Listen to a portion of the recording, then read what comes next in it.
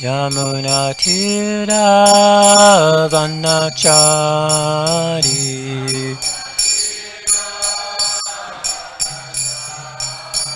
Yamuna Tira Vanachari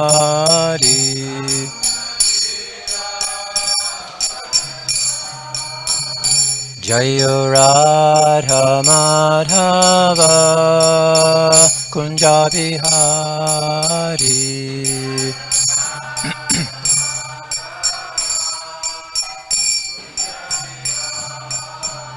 Jayo Radha Madhava Kunja Bihari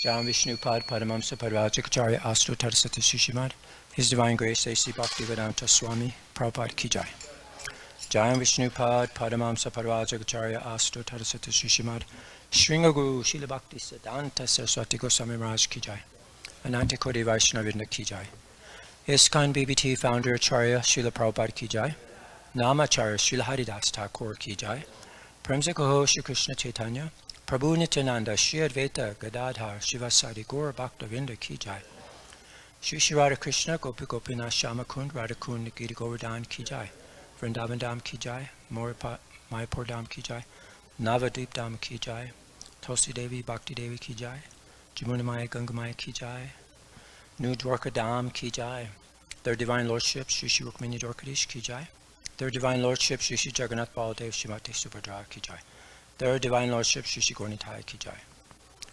Transcendental Book Distribution Ki Jai Harinam Sankirtan Jaga Ki Jai Transcendental Prashadam Distribution Ki Jai Gaur Premananda Hari Hari Bo All glories to all the assembled devotees Hare Krishna All glories to all the assembled devotees Hare Krishna All glories to all the assembled devotees Hare Krishna all glories to Shri Shri Guru Shri Gauranga Gaur Prabhupada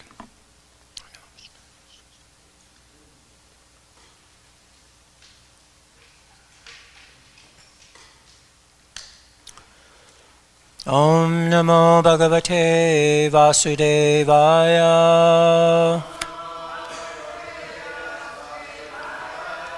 Om Namo Bhagavate Vasudevaya Om Namo Bhagavate Vasudevaya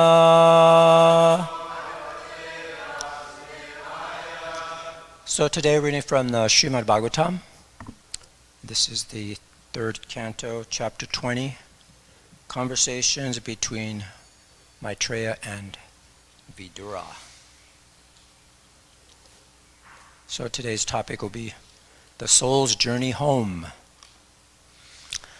We're going to trace the path by which lost souls return through Guru and grace. So I'm excited about the message in this chapter. It shows us how we can attain self-realization and a spiritual vision, unclouded by illusion or lust. So this lifts us above the plane of the demons who chase false beauty, and it puts us in touch with Krishna. So the 3 topics I'm going to discuss today is the summary of the chapter, just a little, and then of course the Vidura. And then the 3rd part is we're going to talk about Bhagavata Katha, which is the destroyer of sins. It's like the Ganges within us. But 3 parts to that Bhagavata Katha will be first to discuss the problem, the solution, and the benefit. So we're going to discover some ancient secrets to enable us to cut through the illusion of this base desires that we have. So let's dive into the verse. Kim avaprichan maitreyam virajastirtha sevaya upagamya kushavarta asinam tattvavitamam Kim avaprichan maitreyam Virajastirtha sevaya Upagamya kushavarta Asinam tattvavitamam Kimava prichan maitreyam Virajastirtha sevaya Upagamya kushavarta Asinam tattvavitamam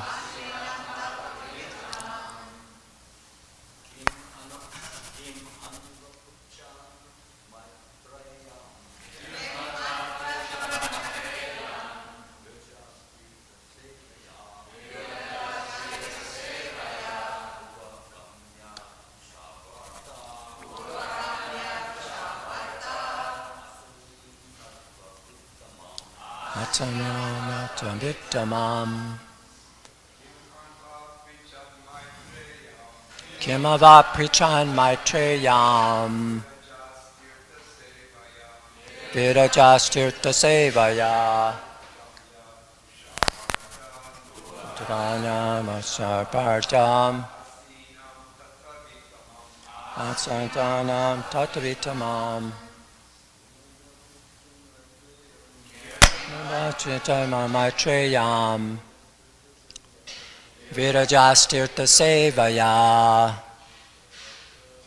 Upagamya savarta Sevam tattvavitamam Kimavat prichan maitreyam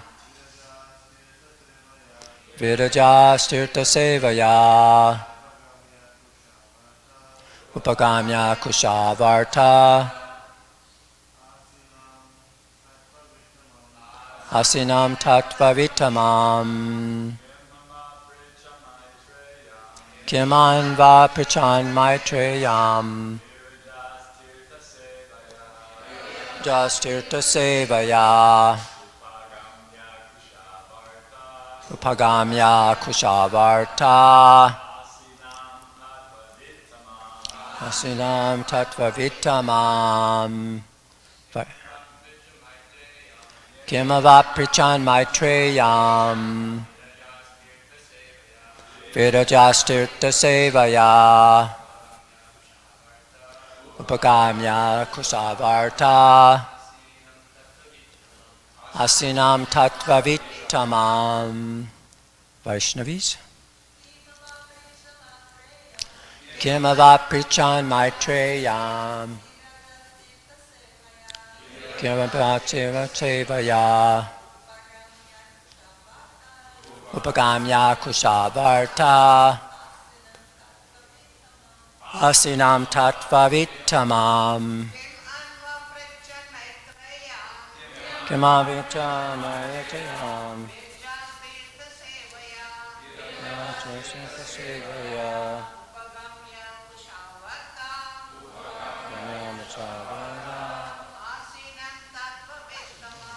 Asinam tattvavitamam Kimavacha mayatayam Vatirtha sevaya Upagamya kusavarta Asanam tattvavitamam Kim what Anvaprichat inquired Maitreyam from the sage Maitreya Viraja Vidura who was without material contamination Tirtha Sevaya by visiting sacred places Upagamya having met Kushavarte at Kushavarta Hardwar or Hardwar Haridwar, yeah. Asinam who was abiding, Tattvavittamam, the foremost knower of the science of spiritual life. Translation and purport by Srila Prabhupada. Vidura was purified of all passion by wandering in sacred places, and at last he reached Hardwar, where he met the great sage who knew the science of spiritual life. And he inquired from him. Shonaka Rishi therefore asked, what more did Vidura inquire from Maitreya? Purport. Here the words Virajas Tirtha Sevaya refer to Vidura, who was completely cleansed of all contamination by traveling to places of pilgrimage. In India, there are hundreds of sacred places of pilgrimage, of which Prayag, Hardwar, Vrindavan, and Rameshwaram are considered principal. After leaving his home, which was full of politics and diplomacy, Vidura wanted to purify himself by traveling to all the sacred places, which are so situated that anyone who goes there automatically becomes purified. This is especially true in Vrindavan. Any person may go there, and even if he is sinful, he will at once contact an atmosphere of spiritual life and will automatically chant the names of Krishna and Radha. That we have actually seen and experienced. It is recommended in the Shastras that after retiring from active life and accepting the Vanaprastha retired order, one should travel everywhere to places of pilgrimage in order to purify himself. Vidura completely discharged this duty, and at last he reached Kushavarta, or Hardwar, where the sage Maitreya was sitting. Another significant point is that one must go to a sacred places not to only take bath there, but to search out great sages like Maitreya and take instructions from them. If one does not do so, his traveling to places of pilgrimage is simply a waste of time. Excuse me. Narottama Das Thakur, a great acharya of the Vaishnava sect, has for the present forbidden us to go to such places of pilgrimage because in this age the times have so changed, a sincere person may have a different impression on seeing the behavior of the present residents of the pilgrimage sites. He has recommended that instead of taking the trouble to travel to such places, one should concentrate his mind on Govinda, and that will help him. Of course, to concentrate one's mind on Govinda in any place is a path meant for those who are most spiritually advanced. It is not for ordinary persons. Ordinary persons may still derive benefit from traveling to holy places like Prayag, Mathura, Vrindavan, and Hardwar. First Prabhupada says no, and then he says, okay, you could do that. It is recommended in this verse that one find a person who knows the science of God, or a tattvavit. Tattvavit means one who knows the absolute truth.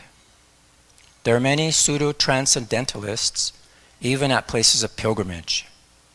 Such men are always present, and one has to be intelligent enough to find the actual person to be consulted. Then one's attempt to progress by traveling to different holy places will be successful. One has to be freed from all contamination, and at the same time, he has to find a person who knows the science of Krishna.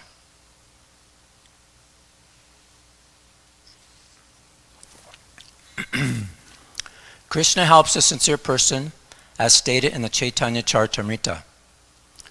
Guru Krishna Prasad. By the mercy of the spiritual master and Krishna, one attains the path of salvation. Devotional service. If one sincerely searches for spiritual salvation, then Krishna, being situated in everyone's heart, gives him the intelligence to find a suitable spiritual master.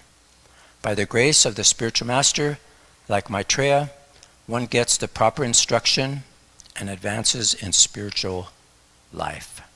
Jai. Om Jnana Timirandasya Giranjana Salakaya Chakshusonmalitamina Tasmai Shri Gurave Namaha Shri Chaitanya Manobhistam Stapitamena Bhutale Swamupukadamayam Dadati Swapatantikam. Jai Shri Krishna Chaitanya Prabhu Nityananda Shri Advaita Gadadhar Shivasari Gaura Bhaktavinda. Hare Krishna Krishna Krishna Hare Hare Hare Rama Rama Rama Hare Hare.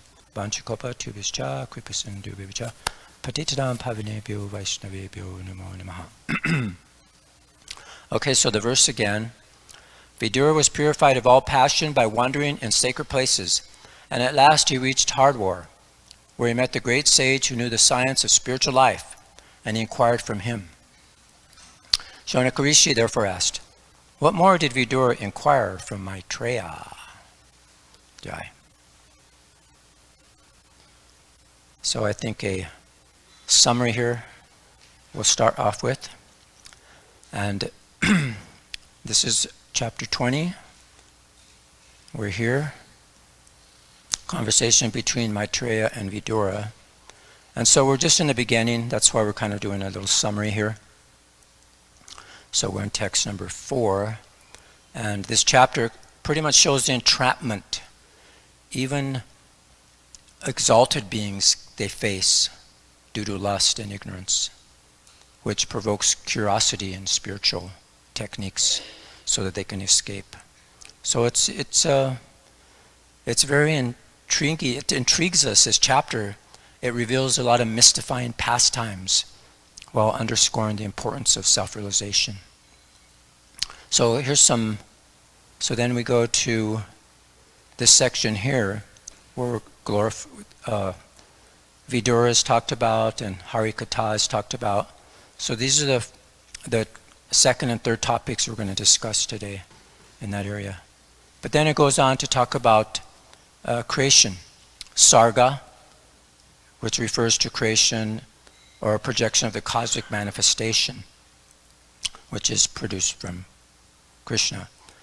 And so this is the third time creation is discussed so far. And then there's going to be a fourth time towards the end of this chapter with Kapila Muni. This canto, and which he describes to his mother. Of course, it'll be described in the 11th and 12th cantos also. So it's important. So here it's described how in this chapter it talks about the absolute truth, the three features. There's Brahman, Paramatma, and Bhagavan. And Bhagavan refers to the personal form, which is the source of the divine energies and the expansions that make up creation. So Vishnu impregnates the material nature, causing it to give birth to this endless universes. So this is God initiates the Sarga, which is going to be discussed. And then it talks about the Visarga, which Brahma is empowered by Vishnu to perform. So Vishnu is the primordial source, and then he stirs nature to generate grand cosmic forms. So that's the interplay between Bhagavan Sarga and the empowered beings who carry out Visarga under their divine direction. So that's, Visarga is the secondary creation. So that's going to be discussed for a while there. So as we go through the chapter, we'll see there as you scroll down, it shows how Brahma creates various living entities, demons, demigods, ghosts, sages, and explains how the demons were lusty by nature and they even attacked Brahma. So he had approached Lord Vishnu for protection, and how they became attracted to the twilight, the illusory form of the twilight, and the demons mistakenly took it as a beautiful woman and they were enchanted by it. And then it explains how Brahma gave up his body and transformed into various creatures, talks about Shraddha, and also talks about how the ultimate message is that spiritual life is to please Krishna. That's most important, not material enjoyment. Even if you live on heavenly planets, and all rituals are meant to elevate one to this self-realization.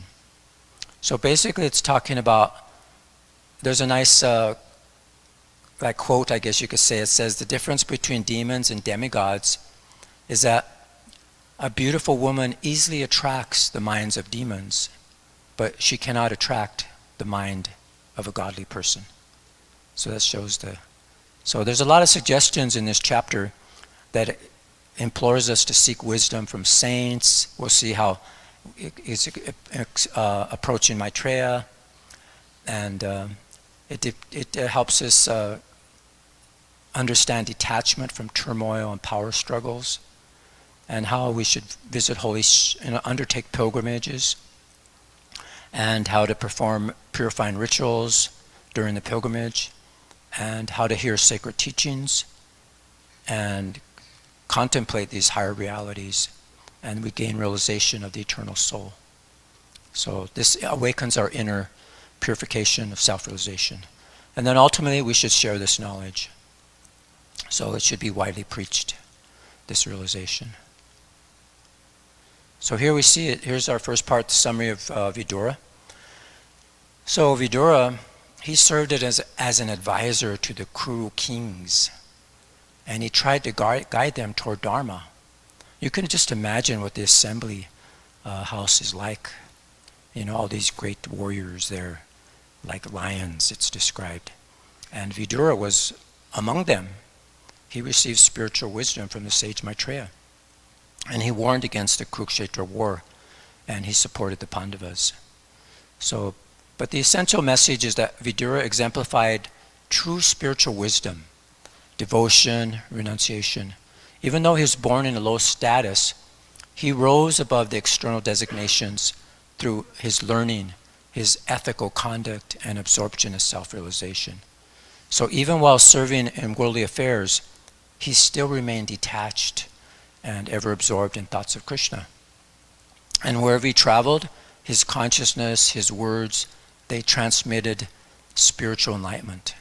So his life illustrates how realization actually triumphs over birth and power of devotional wisdom to uplift others.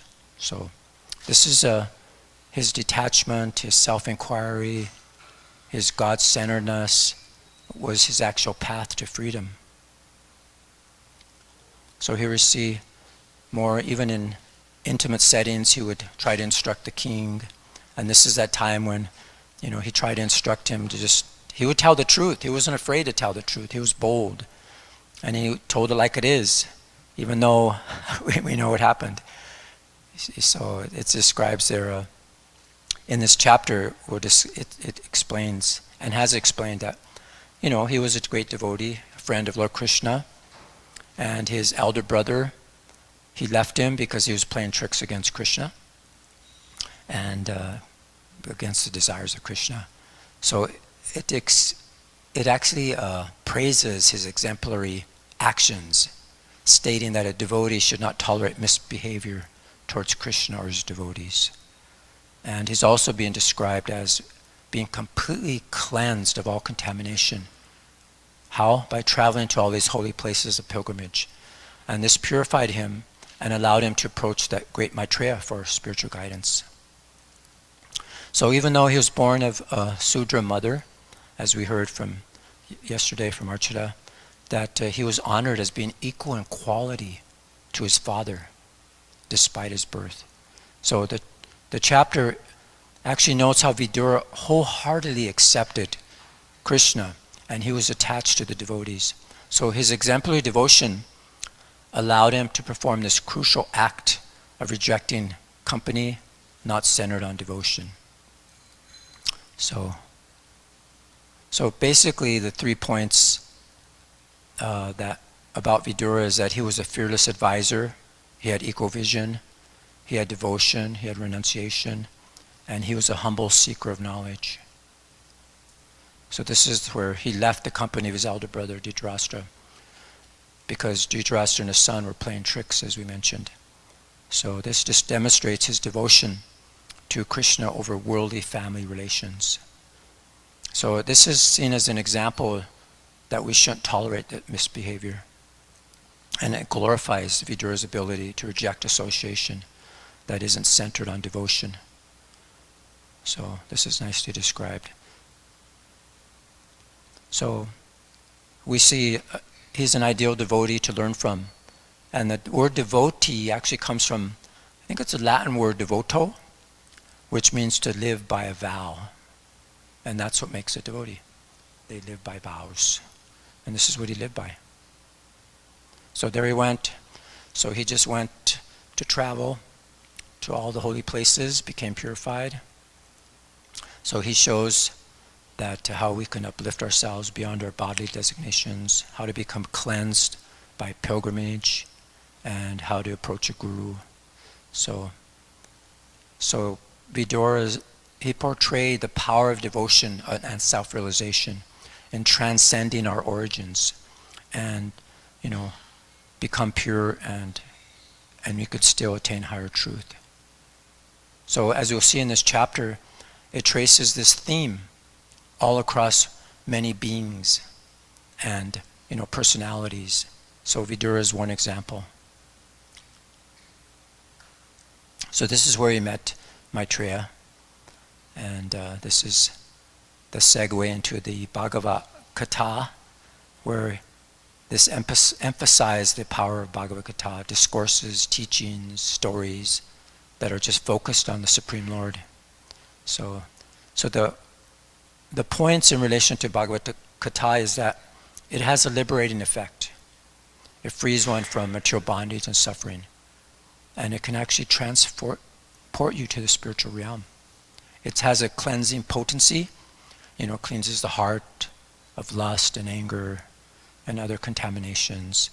It's blissful. We could become blissfully absorbed, you see. And anyone, no matter what status, it can lift one up above the bodily designations. And that's blissful.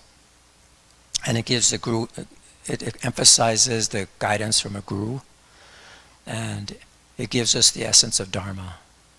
So Bhagavad Gita transmits spiritual wisdom in a very palatable way. It centers the mind on Krishna.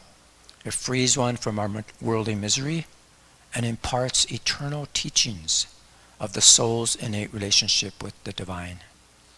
So this is how that devotion is awakened. So just to finish up on Vidura, he played a pivotal role in helping guide his brother Dhritarashtra to end his life. So after the Kurukshetra war had destroyed the Kuru dynasty, Vidura returned from his pilgrimage to console and offer guidance to his blind, grief-stricken Dhritarashtra. So he understood how Dhritarashtra was so attached, to his sons, to his kingdom, and that was the root of his suffering. So Vidura actually enlightened him with profound spiritual wisdom and helped him detach from the material world. So he enlightened Dhritarashtra on the eternal self, beyond the body, and to get free from these illusory attachments. So with those sublime instructions, Vidura, actually convinced Dhritarashtra, and he resolved to forsake his kingdom and his remaining family, to go to secluded exile in the Himalayas with his wife Gandhari. You see, so that's nicely described, and this shows there. So now, talking about this Bhagavad Gita, so first we mention about the problem. And here's an interesting topic here. So this is what's happening. We're seeking heart's desire in dissolution's ashes. So we see our quest for happiness is thwarted by tragic events, you see, that happen. Because the soul is going after fleeting shadows. It's not reality. So we see a lone figure here, he confronts all the smoking ruins of his dreams, but he's unaware of a spiritual reality beyond illusion. So this is what the demon's lives is like. It pivots on this devastating mistake, and it just wipes away all their happiness right before their eyes. So that's the key problem, and this chapter highlights the problem is the conditioned soul's illusion and its lust blocking spiritual realization.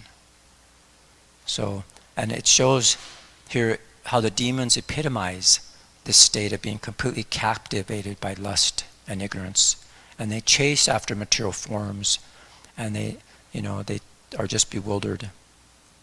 So, and then the chapter also discussed the solution. And what is it? Is to cultivate discipline. That's a devotee. He performs austerity, meditation, dispassion, and selfless devotion to the Supreme Lord. And by this we can rise above all these attachments. So this is because people have a mundane understanding of existence, and they just fix on gross matter. And in the Ishopanishad, there's a nice section in the first mantra in the purport. Srila Prabhupada says, "The root of sin is deliberate disobedience of the laws of nature, through disregarding the proprietorship of the Lord. Disobeying the laws of nature or the order of the Lord brings ruin to a human being. Conversely, one who is sober, who knows the laws of nature, and is not influenced by unnecessary attachment or aversion, is sure to be recognized by the Lord, and thus become eligible to go back home, back to Godhead." So that's nice. And Prabhupada also says in that purport that human beings are not meant to quarrel like cats and dogs, but they must be intelligent enough to realize the importance of the aim of life. So that's the path of avidya, or the advancement of material knowledge for sense gratification, is a path that leads to birth and death. So there's so many nice references in the Ishopanishad that Srila Prabhupada talks about this problem. But we'll go on. So from today's purport, it mentions that we should find a person who knows the science of God, or a tattvavit. So this is what we need. We want to find the tattvavit, one who knows the absolute truth. And Prabhupada mentions that there's 3 types of self-realized souls, or atmavit or tattvavit, who realize the absolute truth. One is the brahmavit. Those are the ones trying to understand the absolute through knowledge, and they can approach the impersonal Brahman aspect. And then there's the brahmavit. They're the paramatmavit. They're the yogis. They try to realize the absolute truth through meditation. So they approach the paramatma feature. And then there's the bhagavadvit, or the bhagavata. And that's the devotee who approaches the personal feature of Bhagavan. So this is the 3 types of atmavit. So we should approach them. So there are benefits. We saw the solution and the problem, but there should be some kind of action that we should take. So it's encouraging us to cultivate spirituality and self-realization through discipline and devotion, and become detached from this illusion. So we'll see through this chapter, it recommends that we should practice austerity, celibacy, meditation, cultivation of knowledge. We mentioned that. Develop deep devotion and service to Krishna. You see, give up our temporary material attachments, and even relations if they're material.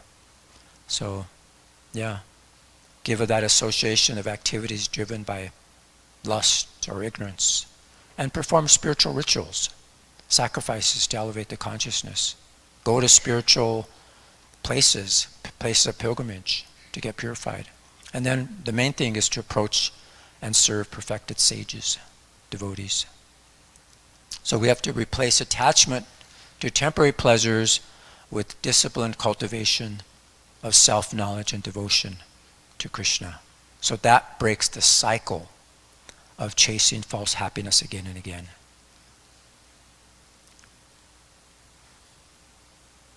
So the problem, as we mentioned, is spiritual ignorance causes suffering. The solution is that we have to nourish Vedic wisdom for personal and collective enlightenment, and it calls to actively spread this knowledge in a systematic way to positively transform lives.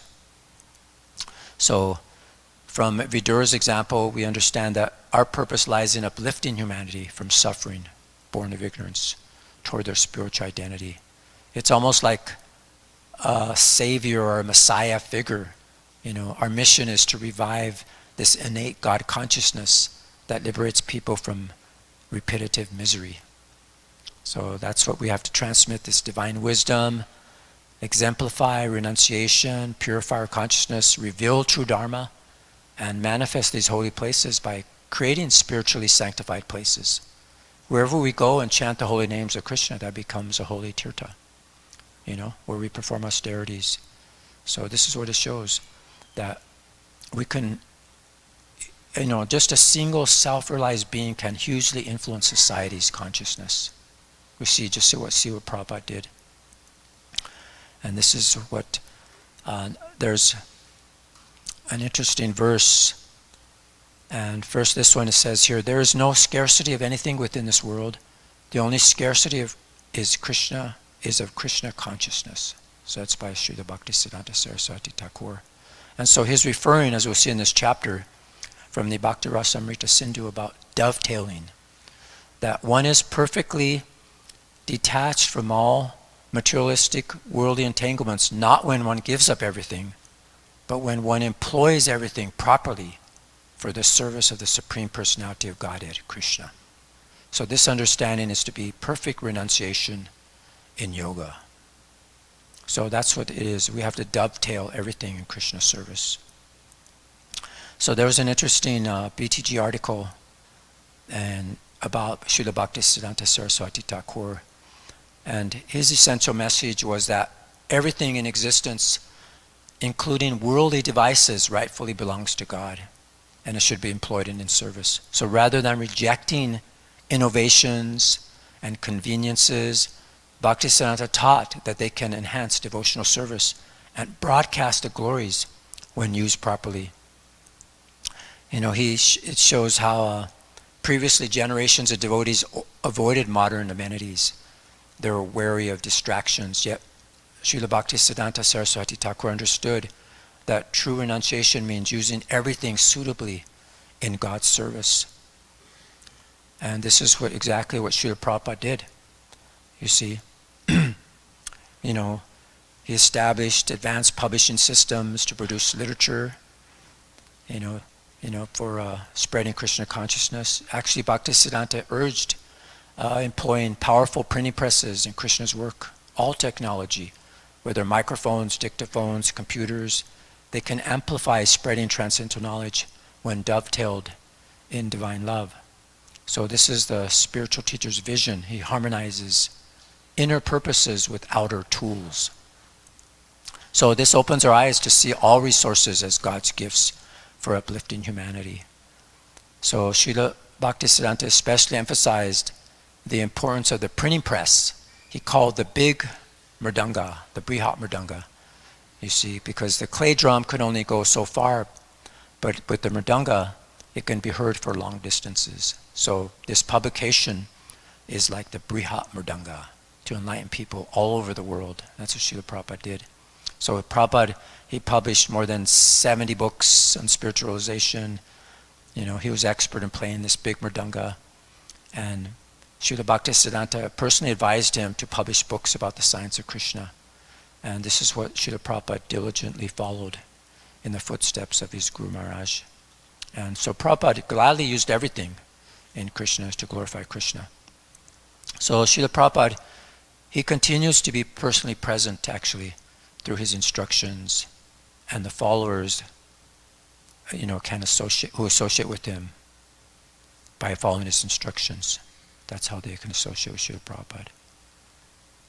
So that's described there, that he lives forever by his divine instructions, and the follower lives with him. So, and then in today's purport, it mentions this verse that we see here, Brahmananda Brahmate Konya Bhagavan Jeev, Guru Krishna Prasad Pai Bhakti Lata Bij. So in the purport, Srila Prabhupada said that Krishna helps us in third person, as stated in the Chaitanya Charitamrita. Guru Krishna Prasad, by the mercy of the spiritual master and Krishna, one attains the path of salvation, devotional service.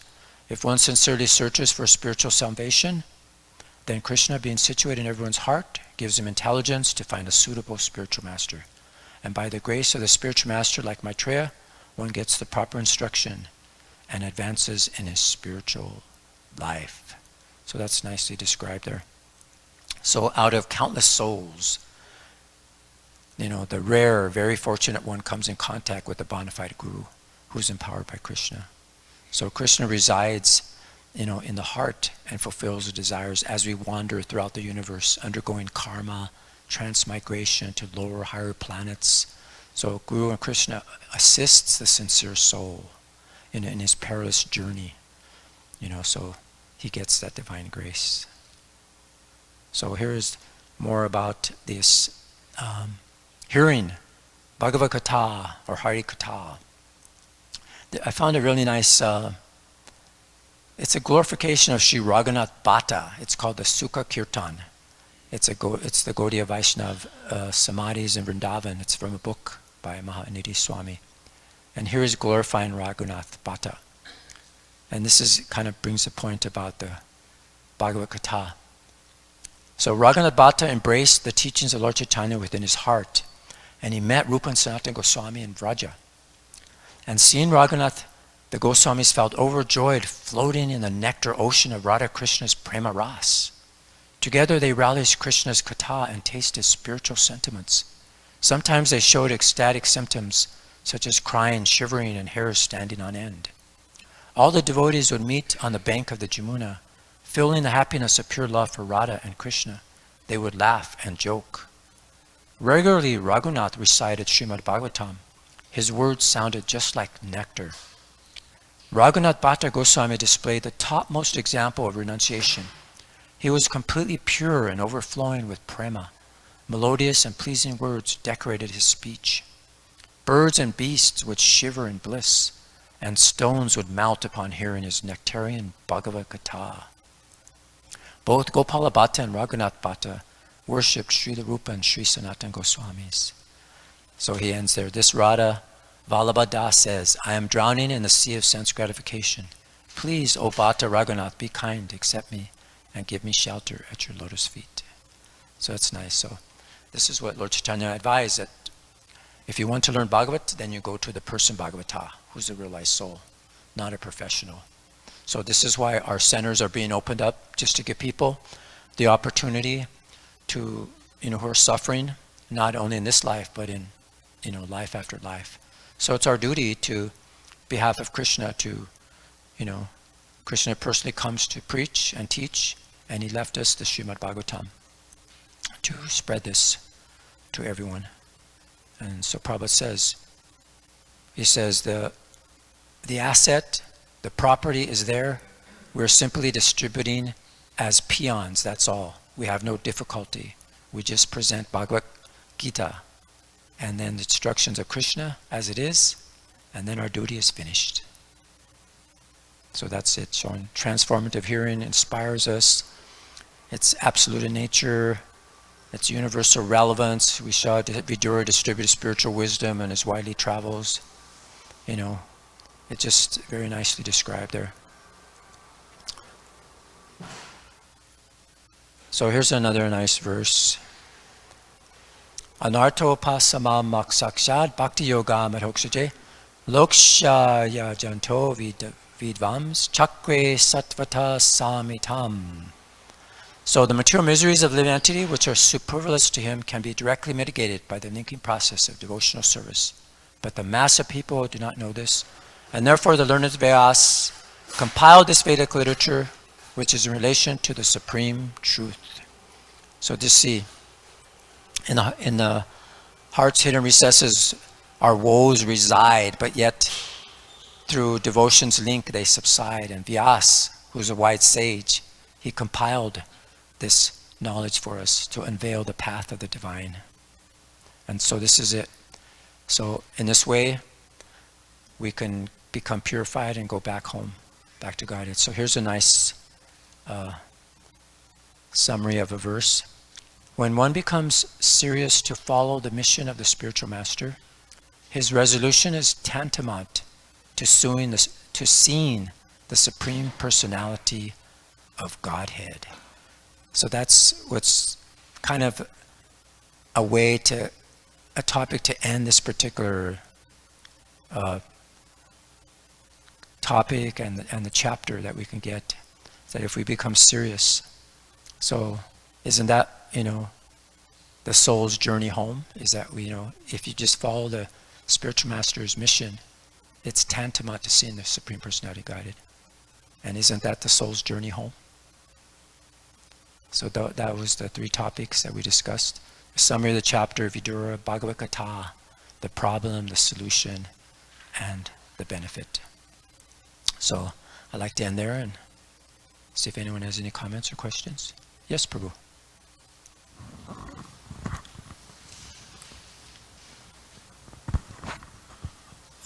In purport, Prabhupada mentions that the goal of going to pilgrimage places like Vrindavan is purify, right? Yes. And at the same time, Rupa Goswami Bhakti Rasamrita Sindhu says that Kriti Sadhya Bhavet Sadhya Bhava Sasadhana Abhida, that the goal of sadhana is this definition of sadhana. If you do sadhana, but it's not the goal to get realize bhava, to get bhava, then it's not considered even sadhana. So my question is, how does, maybe this is for different level of devotees, this is my suspect, or how you say, so my question is, how does one know I'm doing this for purification or for developing bhava? It's for both. You can't get bhava unless you're purified. And that's what why Vidura was traveling. And Prabhupada says in the purport there that enabled him to meet Maitreya, so that he can get realized, he can get purified, get that transcendental knowledge to advance. Yeah, it's important. Is that okay? Is that clear?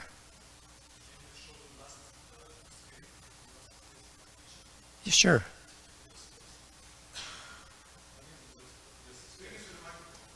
With verse, which was... Oh, do you want to see the verse too? Translation of the verse, yeah. When one becomes serious to follow me. That's what's described in this chapter. Serious.